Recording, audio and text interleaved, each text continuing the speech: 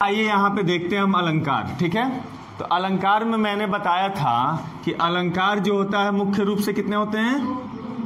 दो होते हैं, लेकिन हम तीन देखेंगे। तीन अलंकार कितने होते हैं? तीन होते हैं। ठीक है, तो पहला जो अलंकार होता है उसका नाम बताओ।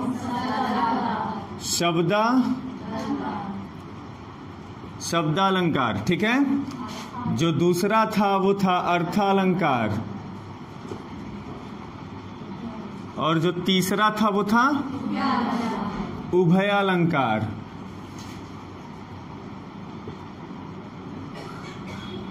क्लियर है? तो इस तरह से अलंकार तीन थे, एक था शब्दालंकार, एक था अर्थालंकार और एक था उभयालंकार। और मैंने आपको कल इसके बारे में थोड़ा थोड़ा बता दिया था, है ना? थोड़ा सा बता दिया था, फिर देख लो। कहता है कि शब्दालंकार किसे कहते हैं? तो जहां शब्द के द्वारा चमत्कार उत्पन्न होता हो। किसके द्वारा? शब्द के द्वारा चमत्कार उत्पन्न होता हो, वहां पे शब्दालंकार होगा। ठीक है, मैं लिख रहा हूं यहां पे।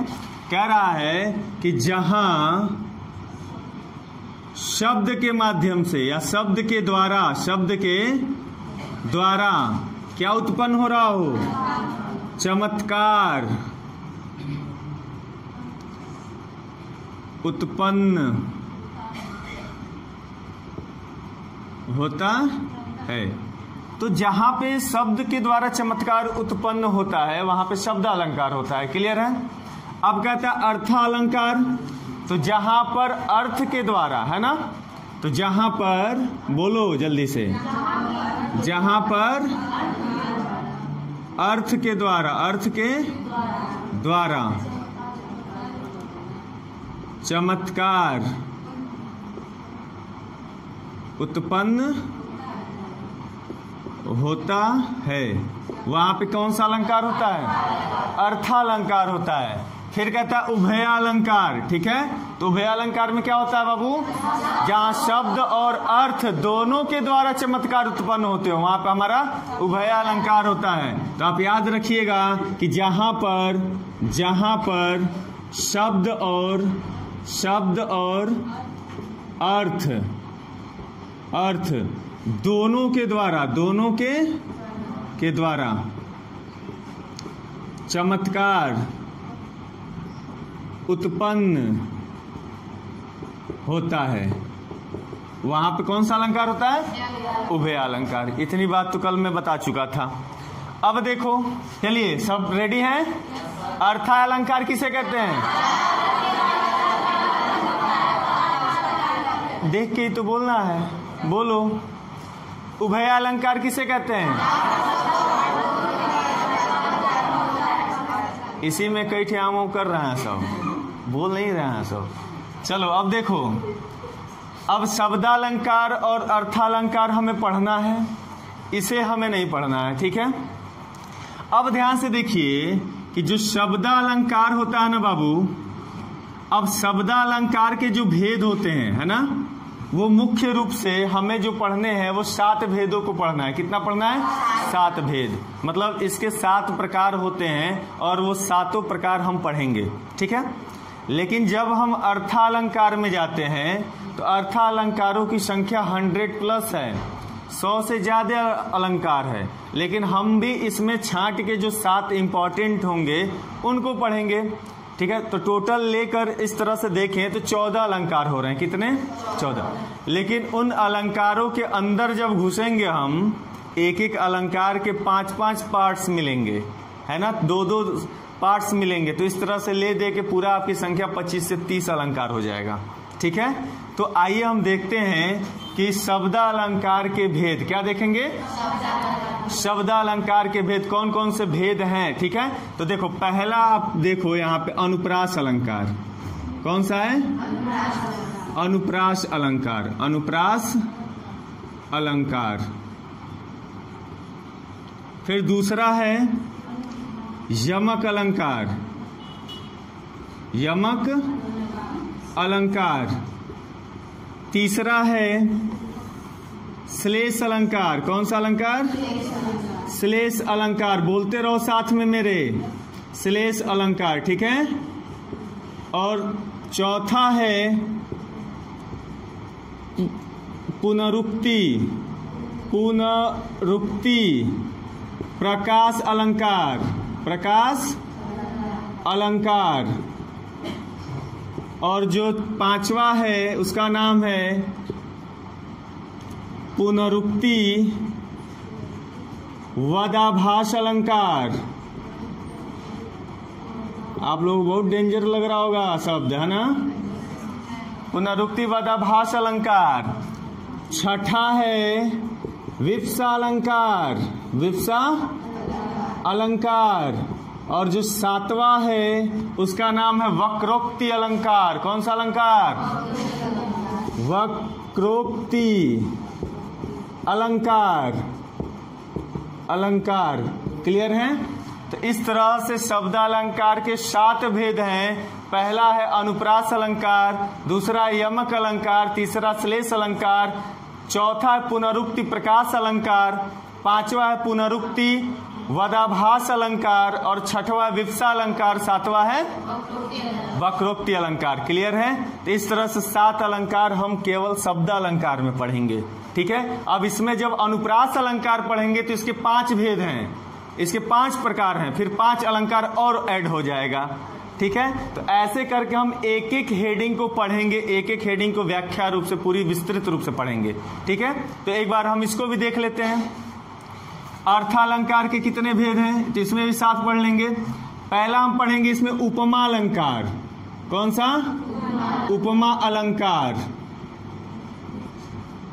दूसरा पढ़ेंगे हम रूपक अलंकार। कौन सा? रूपक अलंकार। तीसरा पढ़ेंगे उत्प्रेक्षा अलंकार, उत्प्रेक्षा अलंकार। चौथा पढ़ेंगे हम अतिशयोक्ति अलंकार, अतिशयोक्ति अलंकार। कई लोग आधा स लिखते हैं लेकिन होता है पूरा स, होता है पूरा स, आधा स नहीं होता है। ये भी ध्यान दीजिएगा। आपकी वर्तनी शुद्धि में ये पूछा था पीसीएस के एग्जाम में, पीसीएस में पूछा था अतिशयोक्ति कौन सा शुद्ध है ना? तो इसमें स कई प्रकार के स जोड़ दिया था, है ना? तो आप ये वाला स पूरा स याद रखिएगा। ठीक है? फिर आप याद रखना, यहां पढ़ना है हमें संदेह अलंकार। सुने हैं? संदेह अलंकार।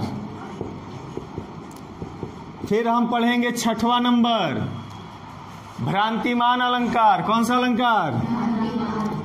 भ्रांतिमान अलंकार।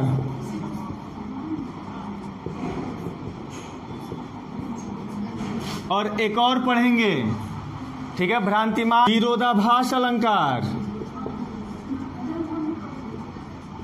विरोधाभास अलंकार। तो इस तरह से हम, ये इंपॉर्टेंट है तो बहुत सारा, लेकिन हम लगभग ये सारे अलंकार पढ़ेंगे। ठीक है?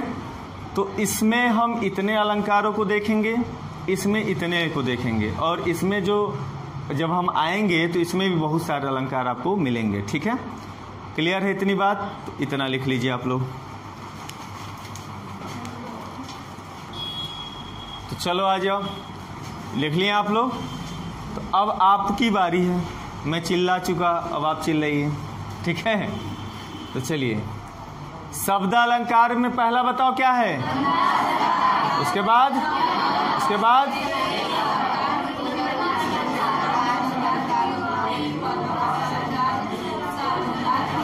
एकदम बहुत बढ़िया, ऐसे ही बोल दो, कबूल है कबूल है कबूल है। अब क्या चाहिए?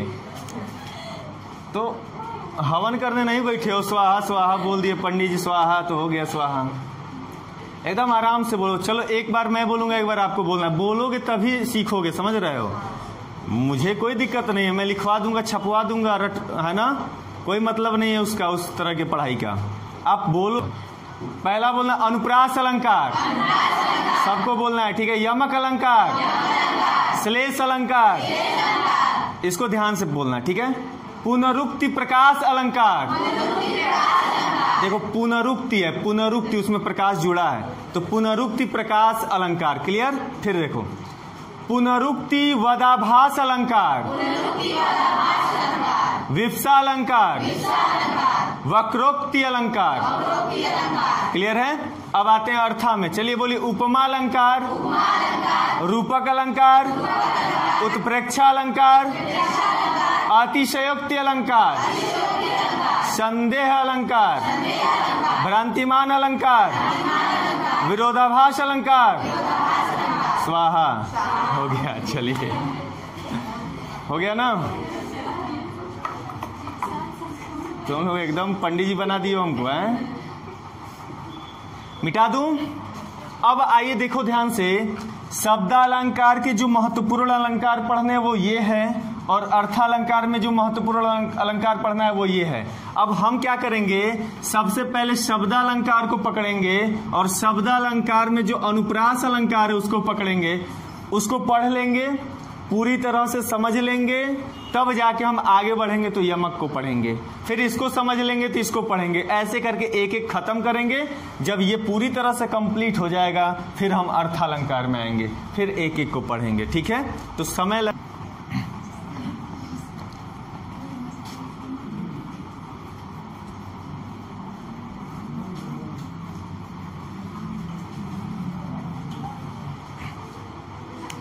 अब आ जाओ, देखो ध्यान से। अब हमें पढ़ना है अनुप्रास अलंकार। कौन सा अलंकार बाबू?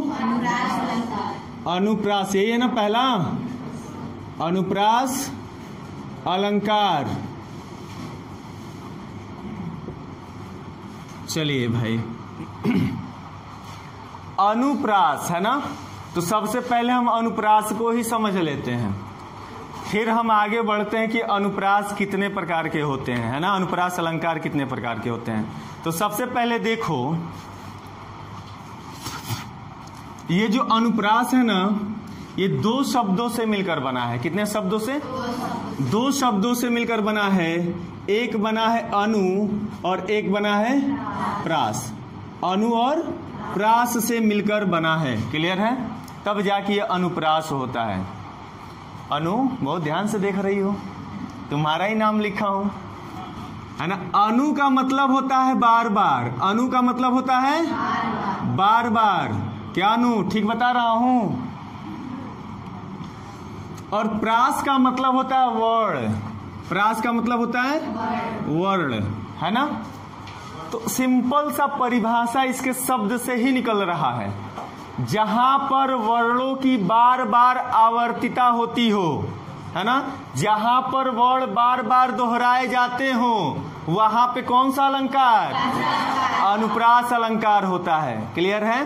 तो अलुप्त अलंकार, तो मैं लिख रहा हूं यहां पे, जहां वर्ण की आवृत्ति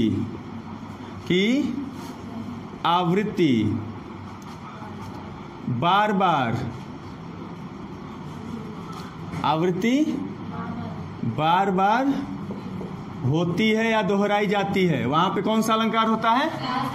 अनुप्रास अलंकार होता है। इतनी बात समझ में आई? अब देखो, इसमें एक और चीज याद रखना आपको, कि जो शब्द होते हैं ना, तो शब्द का जो प्रथम वर्ण होता है वो बार बार दोहराया जाता है।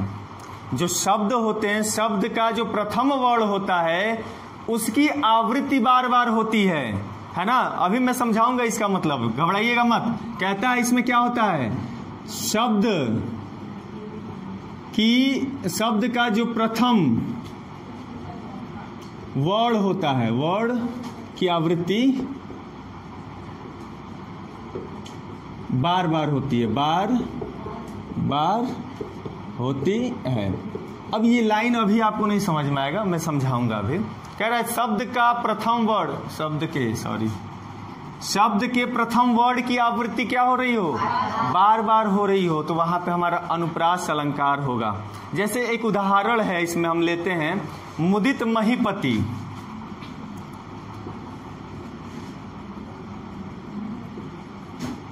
मुदित महीपति मंदिर आए।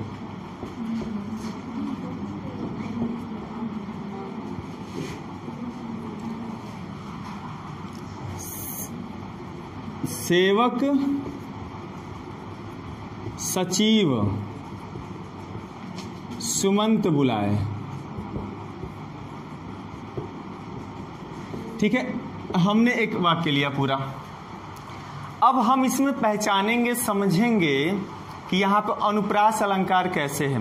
ध्यान दीजिएगा, कह रहा है जहां पे वर्ड की आवृत्ति बार बार हो रही हो, है ना, वर्डों की आवर्तिता मिलती हो। वर्ड का मतलब होता है, वर्ड का मतलब होता है क, ख, ग, घ, अंग, च, छ, ज, ज, य, ट, ठ, ड, ण, त, थ, न, ये सब क्या हैं? वर्ड हैं। आप समझे वर्ड का मतलब? ठीक है, तो इसमें हमको देखना है कि वह कौन सा वर्ड है जो बार बार आ रहा है, जो बार बार आ रहा है, और वो भी उसमें क्या देखना है कि वो शब्द का प्रथम वर्ड हो। जैसे मैं लिखूं मोहन, क्या लिखूं? तो मोहन, मोहन एक शब्द है और इस शब्द का प्रथम वर्ड क्या है? म है। मैं लिखूं सोहन, तो सोहन एक शब्द है, इस शब्द का प्रथम वर्ड क्या है? स है। उसी तरह से हमें जब देखना होगा तो हम देखेंगे कि शब्द का जो प्रथम वर्ड है उसकी आवर्तिता हुई है कि नहीं हुई है। तो देखो, इस शब्द का प्रथम वर्ड म, अब हम देखेंगे म की आवर्तिता हुई है कि नहीं हुई है। तो देखो, इस शब्द में भी म, इस शब्द में भी म, इस शब्द में भी म। तो हम देख रहे हैं कि एक ही वर्ड बार बार आ रहा है, आ रहा है ना। नीचे वाले में देखो, इस शब्द में स, इस शब्द में स, इस शब्द में स, ये भी स बार बार आ रहा है। तो वर्डों की आवर्तिता हो रही है, बार बार वर्ड आ रहे हैं, इसलिए हमारा यहाँ पे कौन सा अलंकार होगा? अनुप्रास अलंकार होगा। क्लियर हो गई बात? तो इस तरह से जहां पर भी आएगा आप निकाल लोगे ना, बात समझ रहे? अब कहोगे सर यहाँ पे और भी शब्द मिल रहे होंगे, कोई शब्द मिल रहा है, जैसे आप कहोगे सर यहाँ पे वो भी आया है, यहाँ पे भी वो है, लेकिन ये गलत है। मैंने कहा कि शब्द का प्रथम वर्ड ढूंढना है। इस शब्द का प्रथम है क्या? वो प्रथम स है, इसका प्रथम स है, तो प्रथम वाले को मिलाना है। अब पीछे पीछे बीच वाले का पीछे वाले का नहीं मिला देना है, ये तो गड़बड़ हो जाएगा। बात समझे हो? इसीलिए मैं लिखवाया हूं कि शब्द के प्रथम वर्ड की आवर्ती को देखना है, बार बार हुआ है कि नहीं हुआ है। क्लियर है? तो इस तरह से ये आपका एग्जाम्पल बहुत ही इंपॉर्टेंट है, इसको आप लिख लेना। ठीक है, इतना लिखो, फिर हम इसके अंदर और चलते हैं। हम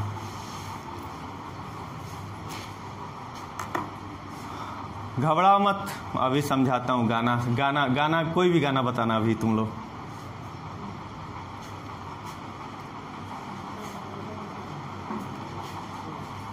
चलिए इसको मिटाता हूं।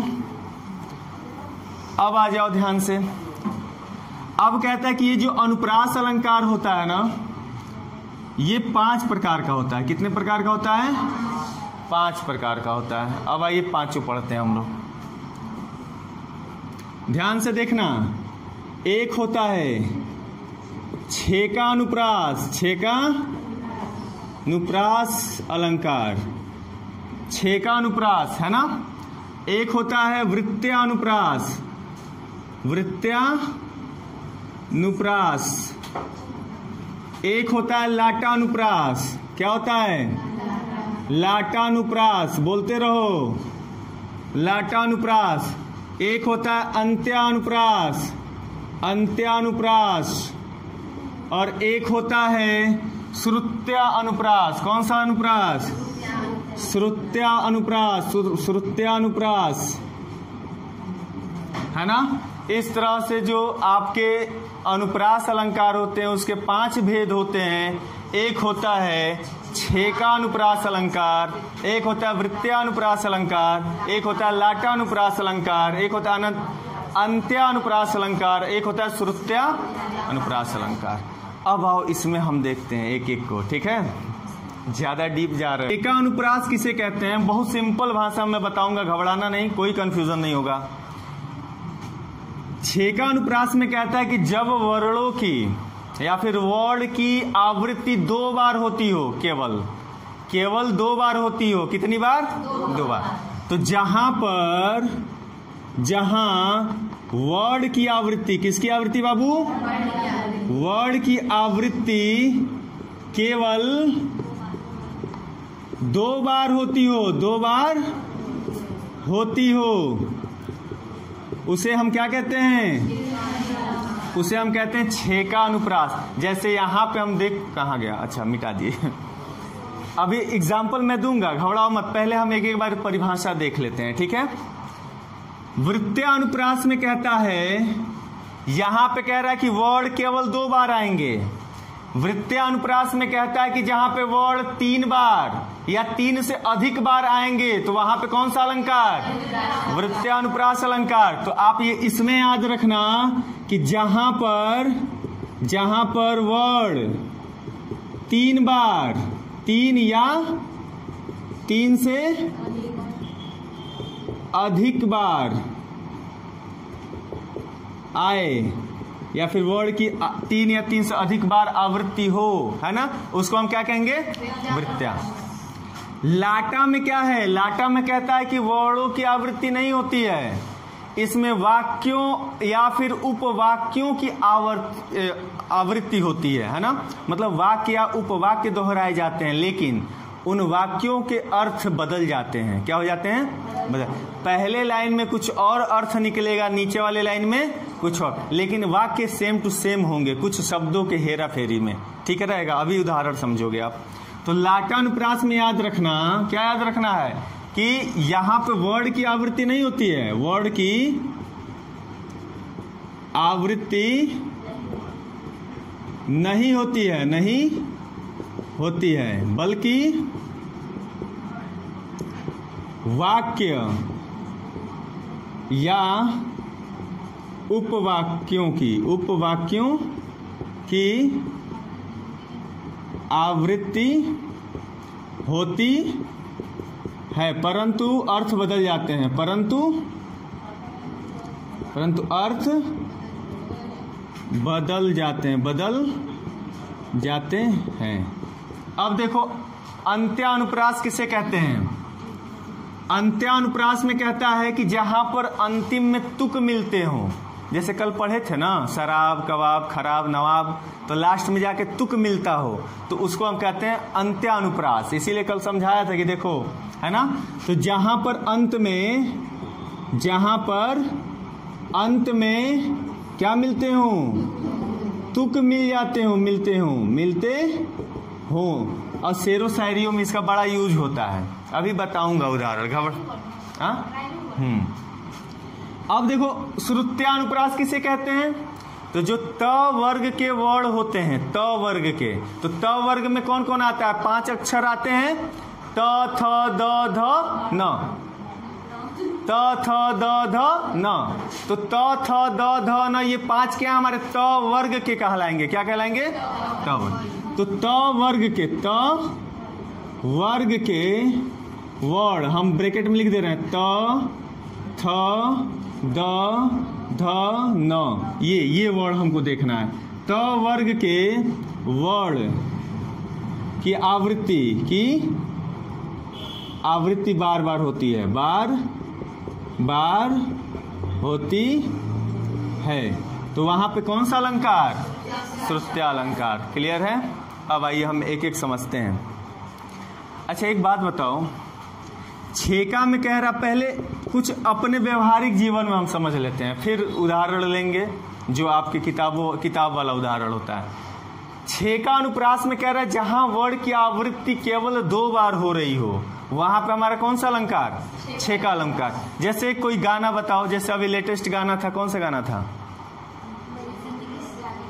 मेरी जिंदगी से जाने का क्या लो, शुरुआत वाला क्या था? बोलो। दौलत या शोहरत दुआ लोगे तुम। चलो लिख रहा हूं, देखो बोलो, दौलत और शोहरत दुआ लोगे तुम। अब फिर लिख रहा, मेरी जिंदगी से जाने का क्या लोगे तुम? मेरी जिंदगी से। देखो कोई भी गाना है ना, बिना अलंकार का गाना की रचना हो ही नहीं सकती है। जो राइटर होता है बेवकूफ नहीं होता है, पढ़ा लिखा होता है, तब जाके वो किसी चीज की रचना करता है ना। तो मेरी जिंदगी से जाने का क्या लोगे तुम? ठीक है। अब बताओ, इसमें कह रहा है कि जहां वर्ड की आवृत्ति केवल 2 बार होती है, 2 बार हो रही हो, है ना, वहां हमारा ये वाला होगा छेका। तो देखोगे हम इसमें कौन सा ले लें? हाँ देखो, इस शब्द का द, अब फिर देखो यहाँ पे द आया है, दुआ में द आया है, दौलत में द आया, और कहीं द आया है? तो हम देख पा रहे हैं वर्ड की आवृत्ति कितनी बार हुई है, 2 बार। क्लियर हो गई बात। फिर नीचे वाले लाइन में म, सॉरी म है ही नहीं, ज और ज है, और कोई अक्षर 2 बार तो दिखाई नहीं दे रहा, केवल ज दिखाई दे रहा है। तो मेरी जिंदगी से जाने से क्या लोगे, तो जिंदगी ज है, ज जाने है ज, तो यहाँ पे भी कितने, केवल 2 बार आवृत्ति हुई है, मतलब दोहराया गया है। तो यहाँ पे कौन सा अलंकार होगा, छेकानु। तुक भी एक और चीज समझाना चाहता हूं, सुन लो। एक ही लाइन में कई सारे अलंकार हो सकते हैं। एक ही लाइन में कई सारे अलंकार होना संभव हो सकता है, ठीक है ना। तो उसमें आप कंफ्यूजन में मत रहिएगा। तो ये तुक मिल रहा है ना, तो तुम तुक मिल रहा है, तो आप तुक वाले पे भी आ सकते हो, ठीक है, ये भी हो सकता है। तो तुक के हिसाब से तब इसको डिनोट करोगे, आप इसको अंडरलाइन करोगे, है ना। इसको जब करोगे तो इसको अंडरलाइन करोगे। क्लियर है। तो इस तरह से पता चल रहा है ये छेका अनुप्रास अलंकार है, लेकिन आपको ये लिखना नहीं है, आपको ये लिखना नहीं है। मैं बोल रहा हूं, लिखो। चलो एग्जाम्पल लिखो। सूर समर करनी करही। अच्छा लिखो, पहले परिभाषा लिखो, तब तक मैं उदाहरण लिख दे रहा हूं, फिर समझा दे रहा हूं। मत ले जाओ तुम लोग, भक्ति रस पढ़ने लगूंगा। आ जाओ। तो समझ नहीं आएगा बाद में लिख लेना, अभी टाइम दूंगा, पहले समझ लो, है ना। आओ देखो, छेका अनुप्रास है, तो छेका अनुप्रास में हमने समझा कि जहां वर्ड की आवृत्ति कितनी बार हो, 2 बार। तो हम देख रहे हैं इसमें सूर समर करनी करही, ये जो आपका वाक्य है, जो लाइन है, इसमें जो हम देख रहे हैं इस शब्द का पहला शब्द क्या है, स है, और इसमें भी स है। तो ये कितनी बार आया है, 2 बार आया। और छेका अनुप्रास कह रहा है कि जहां पे वर्ड केवल 2 बार आए, तो वहां पे हम छेका अनुप्रास बता देंगे, वो छेका अनुप्रास अलंकार है उसमें, ठीक है। तो आपसे पूछेगा कि इस लाइन में कौन सा अलंकार है, तो क्या बताओगे, छेका है। क्यों है, तो आप कहोगे क्योंकि यहाँ पे वर्ड की आवृत्ति 2 बार हुई है, केवल 2 बार हुई है, इसलिए यहाँ पे छेका अनुप्रास अलंकार है, ठीक है। अब आ जाओ दूसरा। इसमें कह रहा है इस करुणा कलित हृदय में क्यों विकल रागिनी बजती है। अब इसमें देखो, यहाँ क है और यहाँ पे भी क है, और भी है क्या इस लाइन में, नहीं है, नीचे वाले लाइन में आ गया है वो, ठीक है। तो एक यहीं पे ये पूरा हो गया, ये दूसरा लाइन है, ठीक है।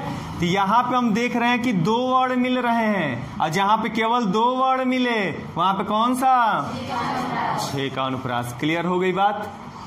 याद रखो, दिमाग में फिट कर लो, क्योंकि अभी मैं देने वाला हूं एग्जाम्पल, आपको बताना पड़ेगा, ठीक है।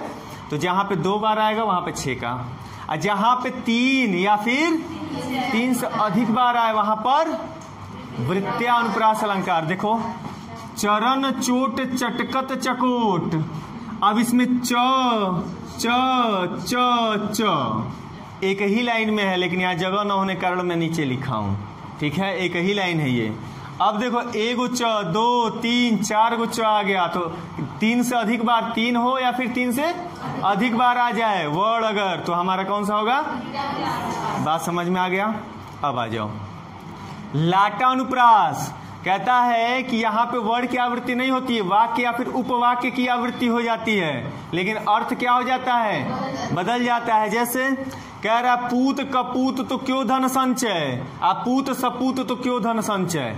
तो लगभग वाक्य एक ही जैसे हैं, वाक्य एक ही जैसे हैं ना, लेकिन इन दोनों का अर्थ क्या हो जाएगा, अलग। देखो, पूत कपूत तो क्यों धन संचय। देखो, पूत का मतलब पुत्र होता है, कपूत का मतलब जो बिगड़ा हुआ लड़का होता है, खराब लड़का, मतलब एकदम समझो कि गुंडा बन गया है, मवाली बन गया है ना। तो अगर कपूत निकल गया उसका किसी का पुत्र, तो कह रहा है क्यों धन संचय। संचय का मतलब होता है इकट्ठा करना, क्यों धन को इकट्ठा करके रखूं। अगर मेरा पुत्र है ना बिगड़ गया, खराब निकला, तो मैं उसके लिए धन क्यों संचय करूं, इकट्ठा करके क्यों रखूं, वो पूरा का पूरा धन उड़ा देगा, है ना। नालायक निकल गया मेरा बेटा, तो उस नालायक के लिए मैं धन संचय करके क्यों नहीं रखूंगा, क्योंकि वो धन का कोई इज्जत नहीं करेगा, उड़ा देगा। तो इस लाइन का ये अर्थ हो रहा है। फिर कह रहा है अगले लाइन में, पूत सपूत तो क्यों धन संचय। अगर मेरा पुत्र अच्छा है है ना, बहुत अच्छा है, व्यवहारिक है, बहुत अच्छा है, तो क्यों धन संचय? तो मेरा अगर पुत्र अच्छा है तो भी मैं क्यों धन संचय, क्यों इकट्ठा करूं धन को? वो तो कमा लेगा मेहनत से अपने, ठीक है। तो वाक्य एक जैसे लग रहे हैं लेकिन अर्थ बदल गए हैं, तो क्या होगा? लाटानुप्रास। बुझे? चलो ठीक है। अंत्यानुप्रास में क्या हो रहा है? जहां पर अंत में क्या मिलते हो? तुक मिलते हो, है ना। जैसे देखो, जय हनुमान ज्ञान गुण सागर, अजय कपीस तिहु लोक उजागर। तो सागर, उजागर, जैसे कल हम लोग पढ़े थे नवाब, ख्वाब, है ना, शराब पढ़े थे ना। तो लास्ट में जब तुक मिल जाएगा तो हमारा क्या होगा? अंत्यानुप्रास अलंकार होगा। क्लियर है? जैसे आपको मैं रस में लिखवाया था, कहत नटत रीझत खीझत, मिलत खिलत लजियात, भरे भवन में करत है नैनन से ही सौ बात, है ना। तो लजियात और बात, लजियात और बात लास्ट में मिल रहा है ना। तो इस तरह से हम देख रहे हैं वहां पे कौन सा अलंकार है? अंत्यानुप्रास अलंकार है। ऐसे अगर तो पहचान लोगे, जितने शेरो शायरियां होती है ना उसमें लगभग इसका ज्यादा प्रयोग होता है ना। कोई शायरी याद आ रहा हो तो बोलो, जैसे मैं बोल रहा हूं।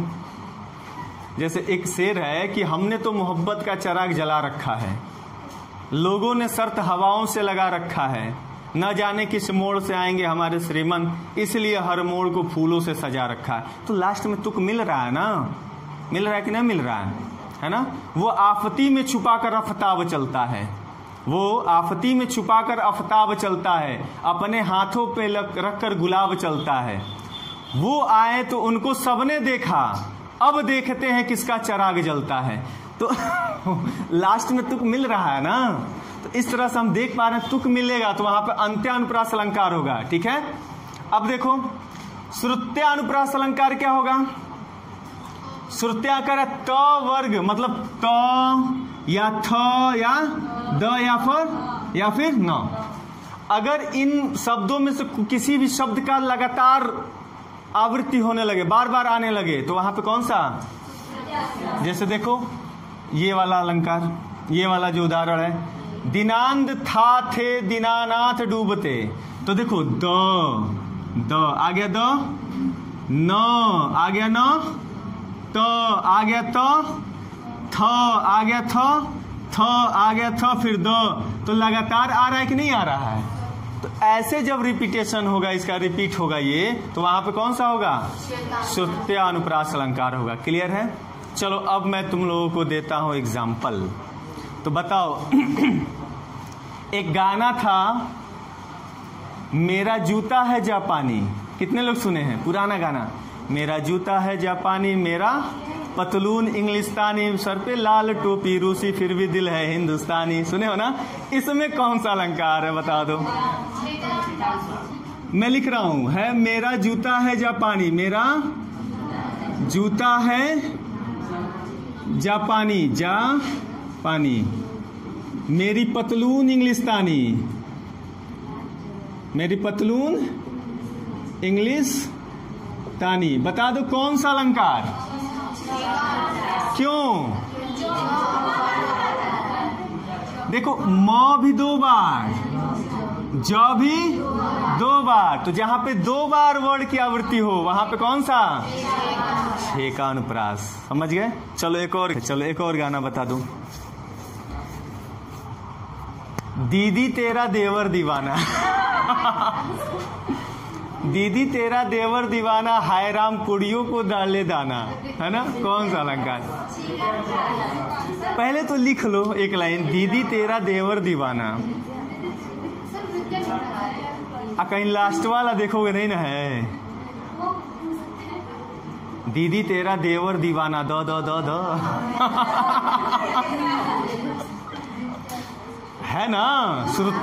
श्रुत्यानुप्रास है ना, दीदी तेरा देवर, द मतलब त वर्ग का जो द है वो कई बार आ रहा है और लगातार आ रहा है। दीदी तेरा देवर दीवाना आ रहा है कि नहीं?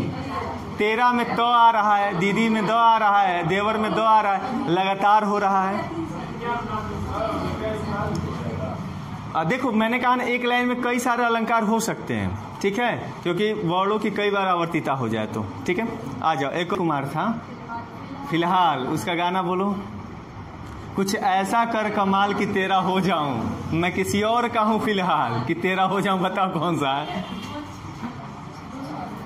कुछ ऐसा कर कमाल कि तेरा हो जाऊं, कौन सा है? सोचो सोचो, लिख लो अब, तभी पता चल।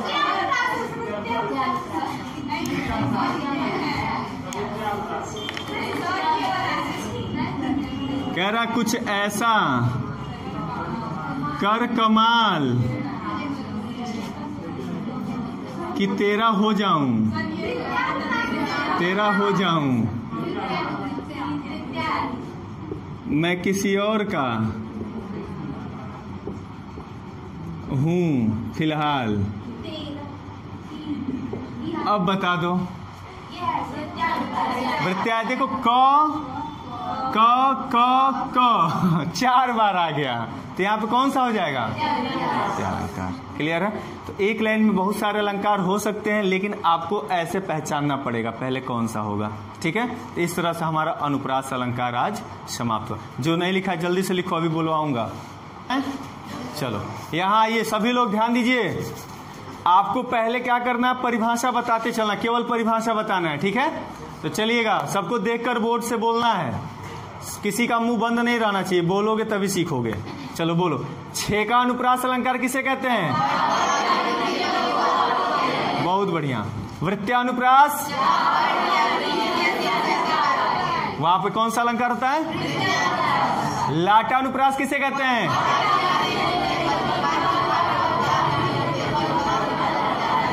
बहुत बढ़िया।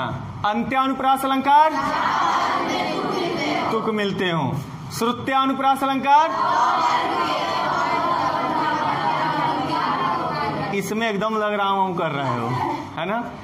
ठीक है, तो ऐसे नहीं करना है। तो कल मैं आशा करता हूं नहीं कुछ तो एक तो अलंकार याद ही हो जाए आपको, अगर पूरा हो जाए तो और अच्छी बात है। ठीक है? तो कल हम लोग नेक्स्ट क्लास में नेक्स्ट अलंकार पढ़ेंगे। ठीक है?